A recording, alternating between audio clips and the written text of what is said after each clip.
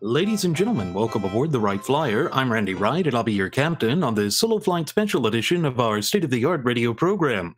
Folks, this will be the final boarding call, so if you please, claim your seats, fasten your seatbelts, kick back, relax, and enjoy the show while I go ahead and delve into the pre-flight checklist, as there really is a lot of news and information to get to before I may fully indulge you with your in-flight entertainment.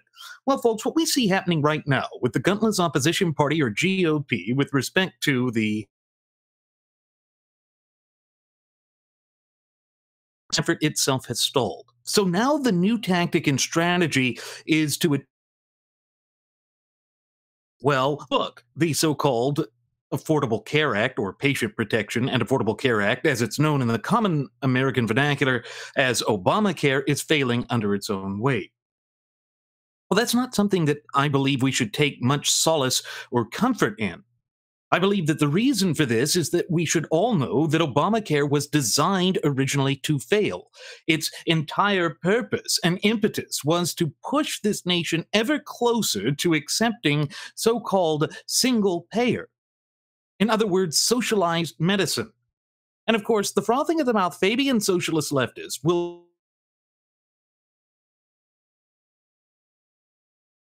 attempt, because we know that Barack Hussein Obama had always wanted from the inception or from the get-go to cram socialized medicine down the throats of the American people. Now, what adds insult to injury here, ladies and gentlemen, is the mere fact that the gutless opposition party, or GOP, over the course of the past 7 years, have made this the primary political issue of their party. It is the one true plank that has been since Obamacare was crammed down the throats of the American people completely against their will some 7 years ago. And we know that the left sits there and says that there's a lack of compassion on the part of conservatives in America, that every other developed world, or, other developed nation in the world has been operating with some sort of universal health care or socialized medical system. But of course, the problem that comes to the surface with this argument is that it fails to take into account that the United States of America is a nation of laws, not of men, and that we are endowed by our Creator, who happens to be none other than the God of nature,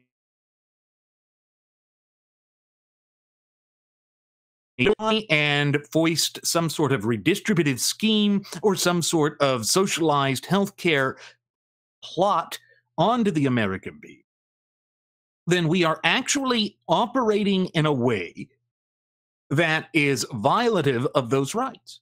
Again, this is why we here at Radio Aviation Excellence, the Wright Flyer, have always stressed the point that pursuant to Article 6, Clause 2, or the Supremacy Clause of the Constitution itself is supposed to represent, and does indeed represent, the supreme law of the land. Therefore, anything that is contrary to the clear and concise language contained within its four corners is void ab initio, or lacking the binding impact of law from the very beginning.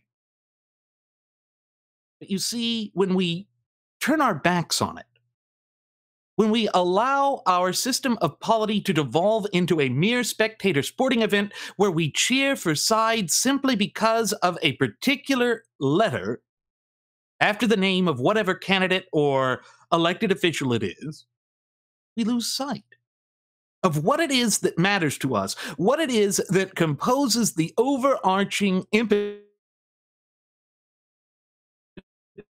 people.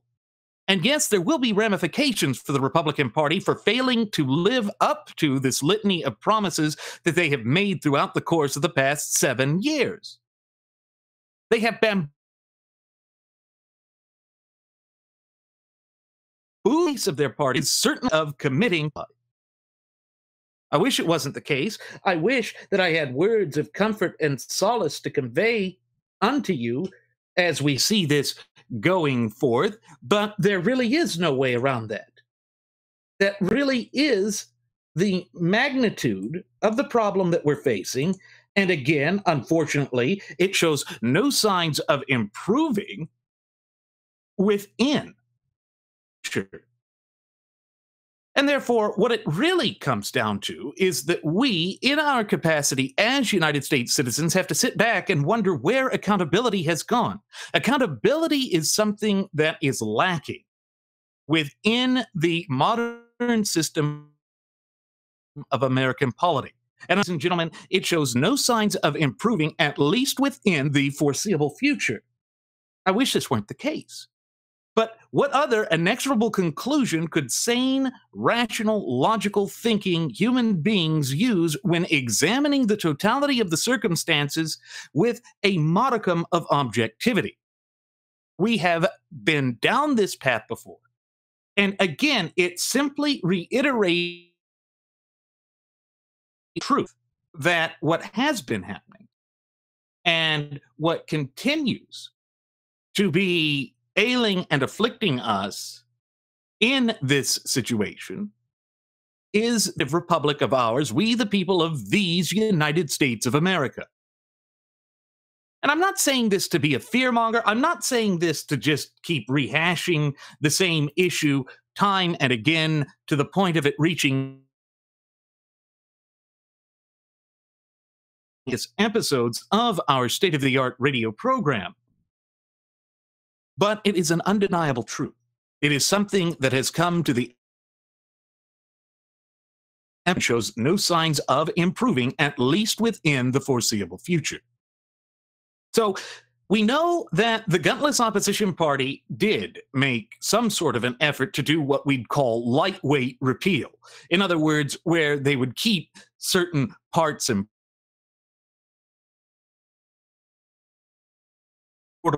irrespective of the fact that the American people believe that this law is a boondoggle, believe that it is detrimental and harmful to them, that doesn't matter. It's all about power, manipulation, corruption, and control. And that is all it has ever been about. Unfortunately, this is what we are facing, both as a nation and people, as I sit here speaking into this microphone, conveying this message unto you, our cherished listening passengers and audience members. We are going to have to begin holding our elected elite, our elected leaders and actions, and even for their omissions. Because what we are facing is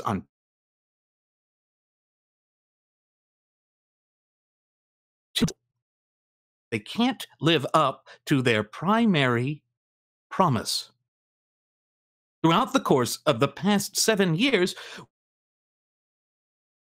to decent, hardworking, red-blooded American citizens from coast to coast and border to border here in the land of the free and the home of the brave.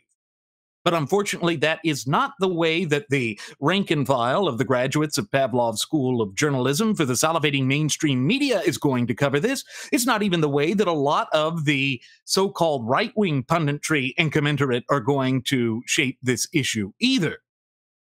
And that just goes to show that there is this great disconnect. There is this effort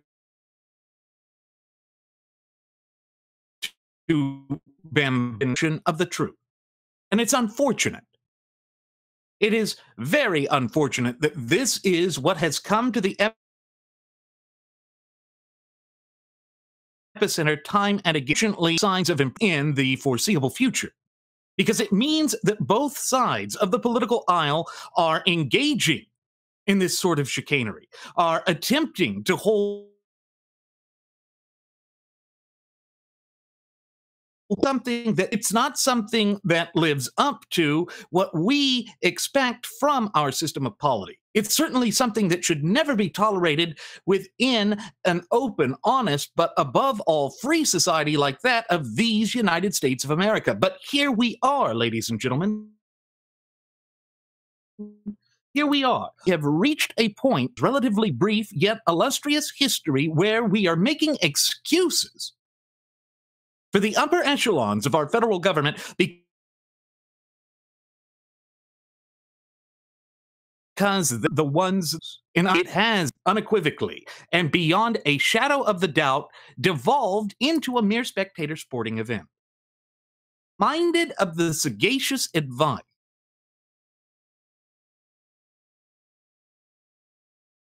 Washington 96 warned against breaking down into disparate and competing factions because in so doing we lose that which holds the paramount importance to us both as a nation and people. Well, that's where we are. Creeping socialism has become the new and established norm in the land of the free and the home of the brave, and that is something that we as a nation and people cannot tolerate. It cannot be allowed to continue unchecked and unchallenged, but there has been so much that has occurred since the year and election cycle of betrayal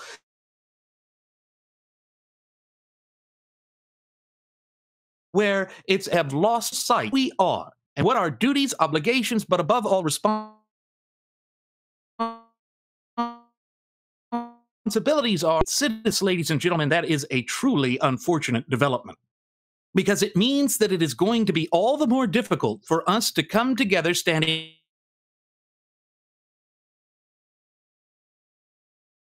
back from the brink of ruin and to place it squarely onto the path to prosperity once more. It is going to take a concerted effort on the part of all of us as United States citizens.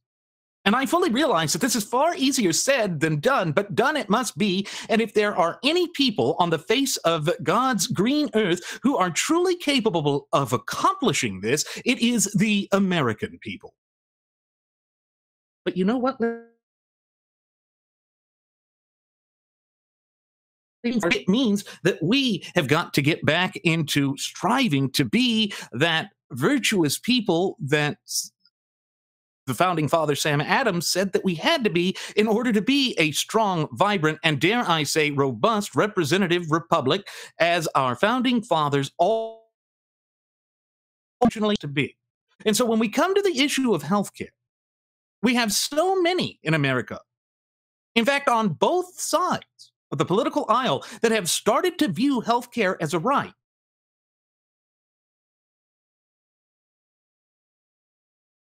Amendments to our shared United States Constitution, which the Ninth Amendment clearly iterates and in no uncertain terms create rights, and that certain rights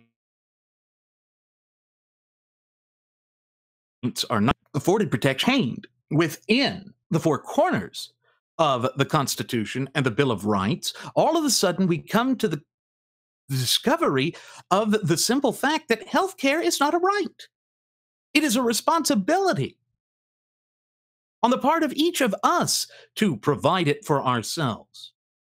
You see, self-accountability and self-responsibility working in tandem, thereby delivering unto us self-determination, has always been the central pillar of who we are.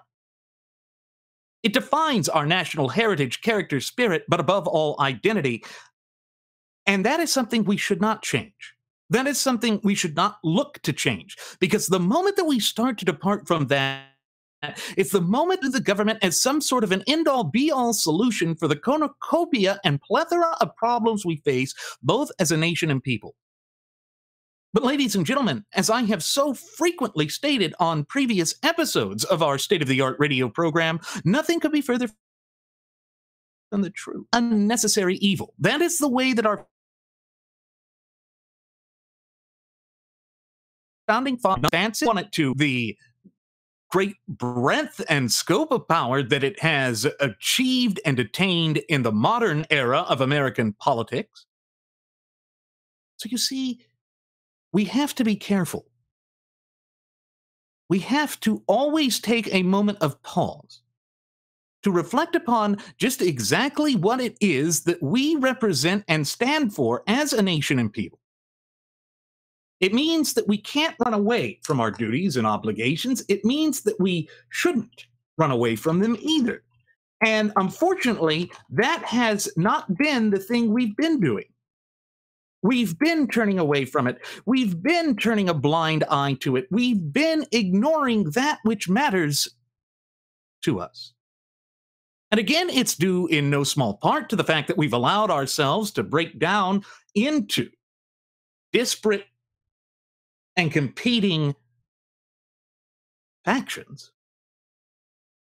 Therefore, we don't know what it is that has allowed us to become a strong nation and people. We don't know what it is that has propelled us to such lofty heights throughout our relatively brief yet illustrious history here on the face of God's green earth. Yes, all of that matters. All of that comes in to speak to who we are as a nation and people, and to what we represent, and what we have always represented.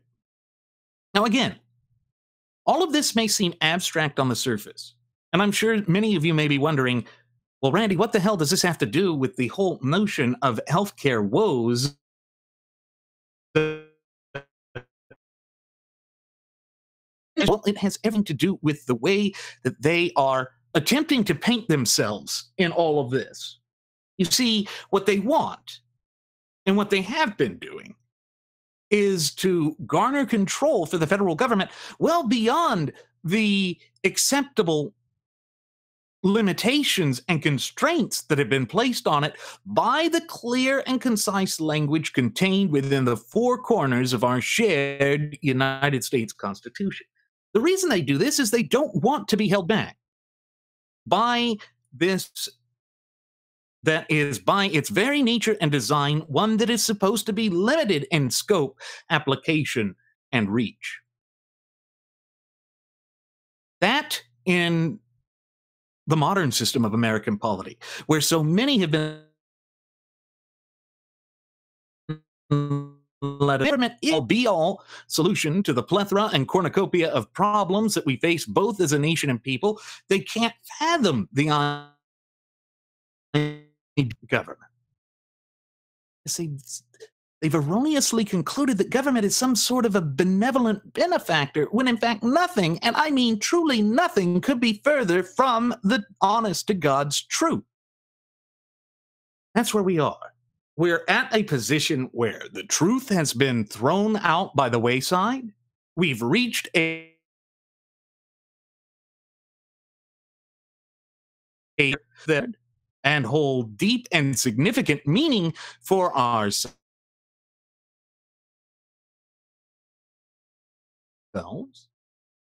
to become the ultimate outcome for how things are to work.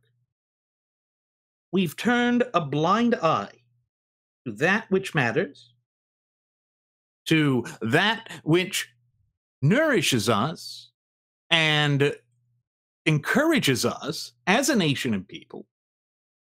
And as a direct result, we have lost sight of that which is truly definitive when it comes to our national heritage, character, spirit, and identity.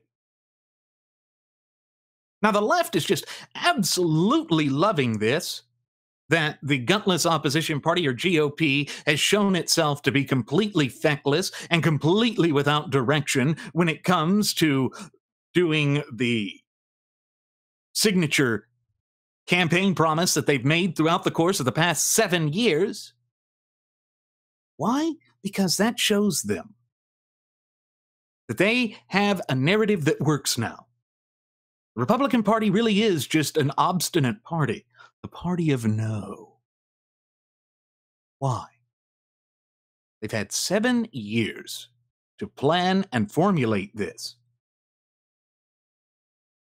But the sad truth of the matter is, what this all boils down to is a desire on their part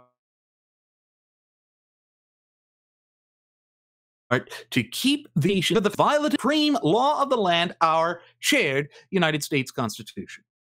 It's all down to this dark and twisted game of semantics that we've been warning about here at Radio Aviation Excellence, the Wright Flyer, dating back to our premiere in 2015. It's a boondoggle, and nothing short of a boondoggle. And unfortunately, again, it shows no signs of improving because there is a lack of will. Who can forget the way that John McCain, after it had been announced that he was suffering from a brain tumor, decided a definitive shooting-based effort? Wait, wasn't he one of the ones that had campaigned on that? Yes, he was. But he said that we weren't being bipartisan enough. As I recall, the gutless opposition party, or GOP, had made a huge hullabaloo. One Republican had voted for this monstrosity of a takeover of our healthcare system in the land of the free and the home of the brave. Hypocrisy just oozes. Latest opposition party, or GOP, has become hip with hypocrisy. And that is going to lead to some disastrous outcomes when it comes time for the 2018 midterm elections, which are looming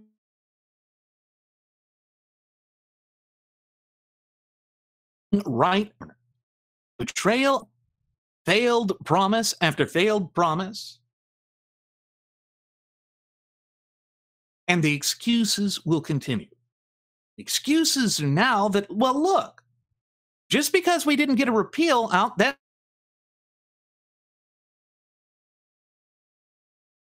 still a good as a silver. That silver point tunes as itself. That's not good enough. That's simply shrugging, throwing our hands up in self-defeat, saying that, well, we elected these people based on a 7-year promise that they would completely repeal this disastrous debacle, fiasco, and boondoggle known as Obamacare. And then when it comes time for the rubber to hit the road, they drop the ball like so many discoordinated or children. Why? Why is this what we have come to? Why is this what is now being pushed as when nothing of this magnitude should ever be acquiesced to by people who want a true sense of government as mandated by the Constitution to be what we strictly adhere to at all levels of government? Oh, but that's the thing. You see, we've distanced and divorced ourselves from the clear and concise language contained within the four corners of our shared United States Constitution, and this is the end result each and every time. It plays out to our great detriment, and it is we wielders of popular sovereignty in this once thriving and flourishing representative republic of ours holding the every time. Is it any wonder, then, that huge swaths of the American electorate are feeling completely disenfranchised with and alienated from our system of polity? Well, I believe that the answer to these rather rhetorical questions should be both open and obvious. There is no question as to why so many within these United States of America look with disdain and contempt upon the current state of affairs in our system of polity. Ladies and gentlemen, there's just no way around that. This is what comes to the epicenter each and every time, and it is becoming political kabuki theater at its absolute worst, with no sign of it improving within. Thus, we are held back. We are the ones that are placed in an untenable situation. We are the ones who continue to watch our freedoms and liberties erode before our very eyes, and that is unacceptable. Because as my first officer, Jeremy Grapington, And our first air marshal, and indeed yours truly, has so oft times reiterated here at our state of the art radio program on previous episodes, without our rights and liberties, we are truly left with nothing. And I mean with absolutely nothing. To stand up for our rights are we, in our capacity as the true ultimate wielders of popular sovereignty here in the home of the brave. And that is by the very design of our constitutionally endowed federalist representative republic.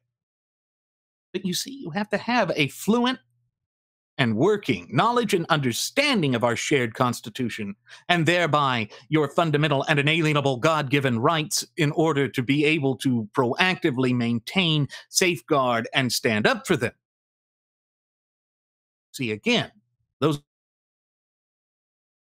to the center and to the surface yet again, that it is our duty, obligation, and responsibility in our capacity as United States to rein in this out-of-control leviathan of an administrative state that is trampling upon our rights at any given and available opportunity.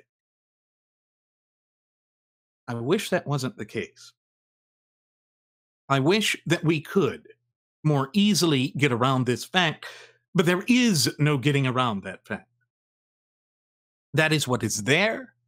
That is what we are facing, both as a nation and people, and unfortunately, even proving at a foreseeable future. McCain was feeling proud of himself, so was Susan Collins, so were those Republicans who voted against simple repeal. Have to be a replacement. That was one of the I harped on throughout the course of the past approximate 2 years since we've been flying you over the friendly airwaves, leaving you with an indelible yet pure sense. It's because they don't have the power. They want to illicitly amass power, corruption, and control in the hands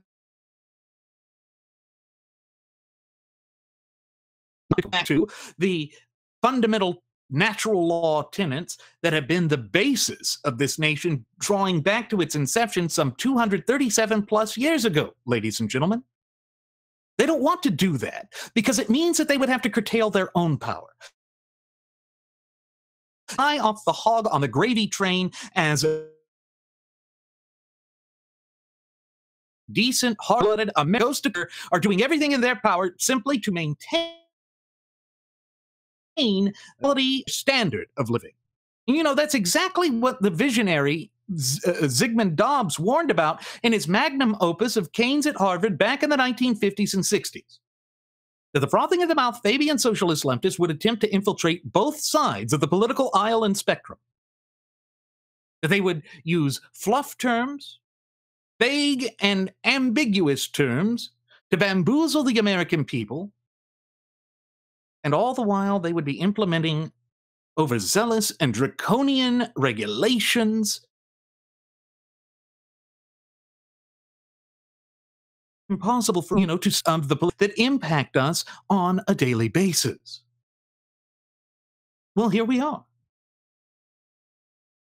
Through a combination of unfortunate events, we see that the gutless opposition party has once again, as it always seems to, dropped the ball on this very significant and important issue.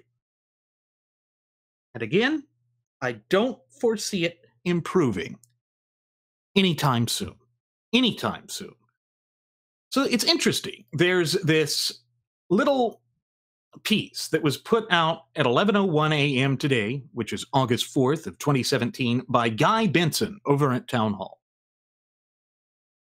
And his title of this piece is as follows: "It's failing. Repeal may have stalled, but Obamacare is still falling apart." But remember how I opened today's Solo Flight Special Edition of our State of the... This was the Obamacare from its inception. It wasn't designed to work. It was caused for our healthcare industry to collapse, to crumble and fall in upon itself. That is where we are. But this seems almost giddy. So Guy starts his little piece here with Republicans on Capitol Hill are split. Any step taken replace push. But you know, ladies and gentlemen, they've always been split on things. You have the detente wing of the gutless opposition party as wing of the Republican Party that always wants to be the Me Too party of socialism.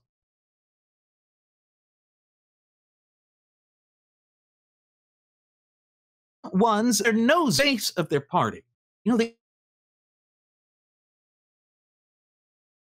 committed and solid base of the Republican Party that buoyed and propelled Donald Trump into the presidency was a direct result of this detente wing of the gutless opposition party failing to deliver and acting with a complete and total tone-deaf political tin ear to the hopes, dreams, and future their political movement, ideology, and philosophy. And what it tells me above all else is that they were never committed to those principles. And that indeed, a great many of those who claim to be conservative and who supposedly conservative paying or care lip service to it. They didn't mean it. Otherwise, they wouldn't have taken such an openly hostile position towards conservative values.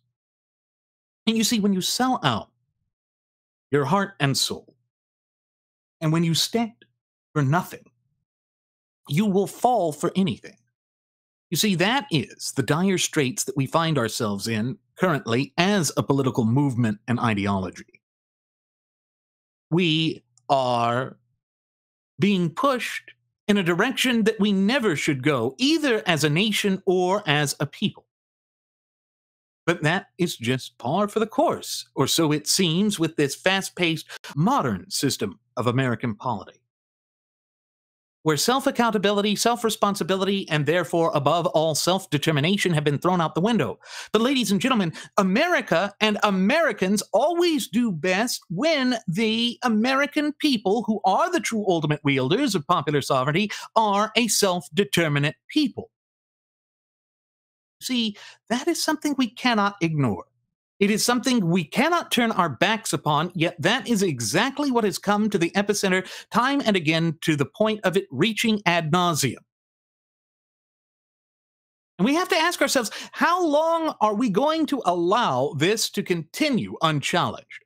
How long are we going to sit back and say that we are A-OK with this nonsense and chicanery that has been going on for generation after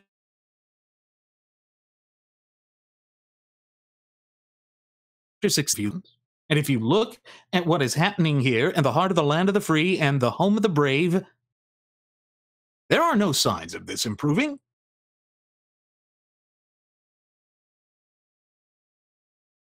Playing where allowed our lofty system of principles and philosophies and ideologies to break down into shallow, hollow, empty, and ultimately meaningless platitudes and bumper sticker slogans.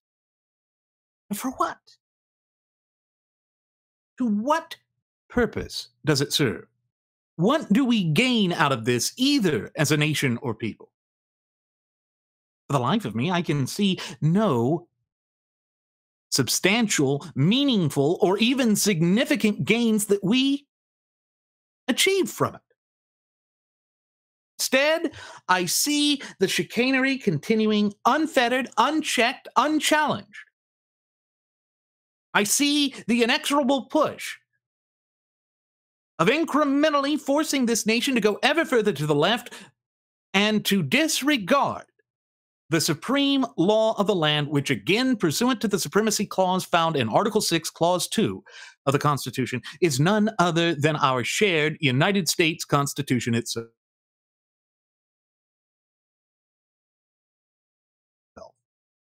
It's unacceptable. It is truly unacceptable.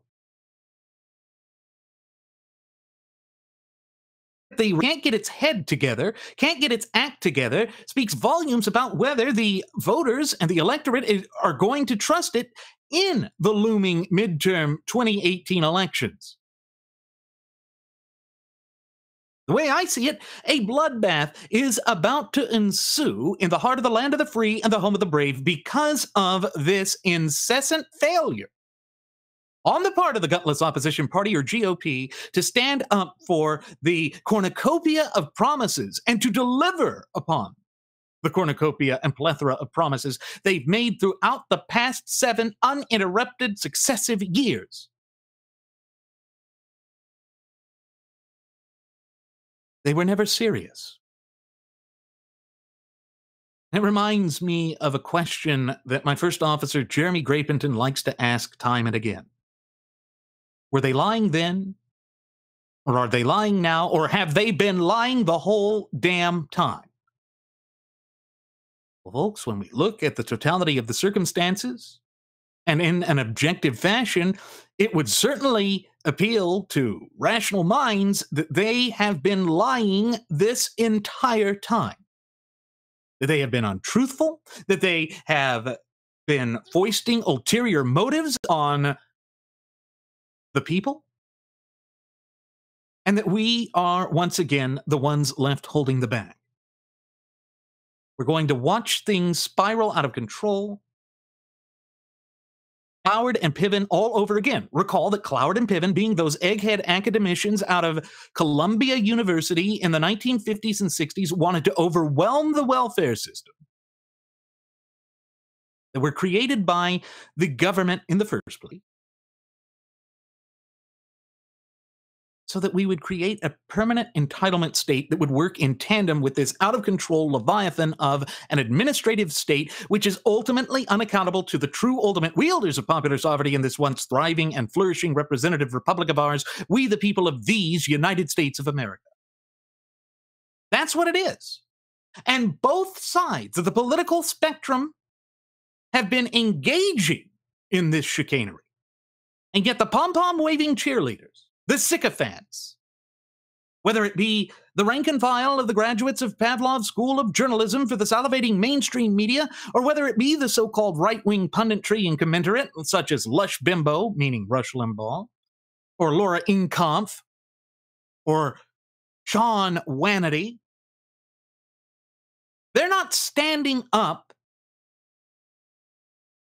and displaying a willingness, a readiness, an ability even to hold our elected officials' feet to the fire, because it has become mere sophistry.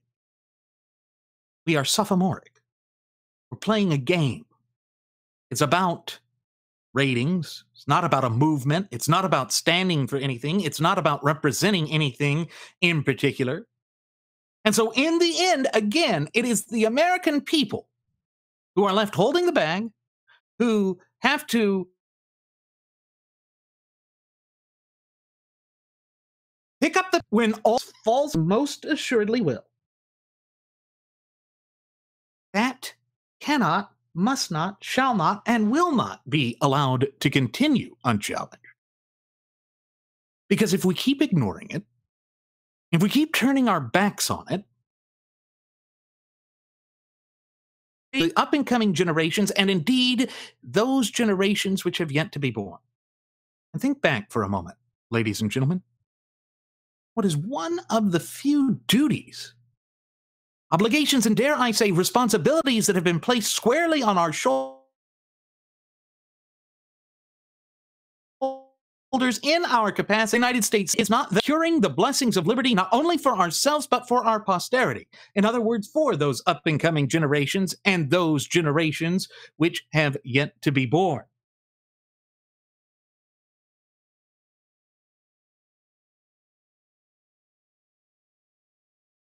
That is the great That is where things are falling apart. And we can't afford it. We can't. Because when you stop and think about it, what is it that matters most if it is not our fundamental and inalienable God given rights? What is it that truly nurtures us as a nation and people and unifies us as a nation and people if it is not our fundamental and inalienable God given rights? Oh, it is so easy to pay lip service to that. It is so easy to believe that that matters. But in the end of it all, and when we examine everything, is that the way it is? I don't think it's something we can do. See, everything matters when it comes to all of this. We have got to come back to a sense of normalcy, a sense of not all of this will fall apart. All of whatever gains we have made shall be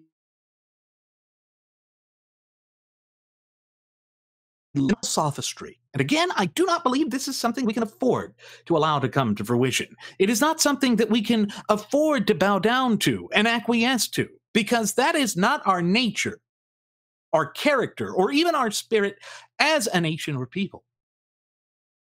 But again, I fully realize that this is far easier said than done. Us, who are the true ultimate wielders of popular sovereignty in this country,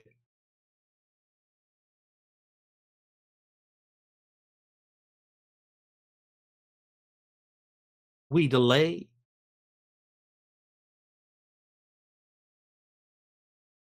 the longer it will become for us to overcome it.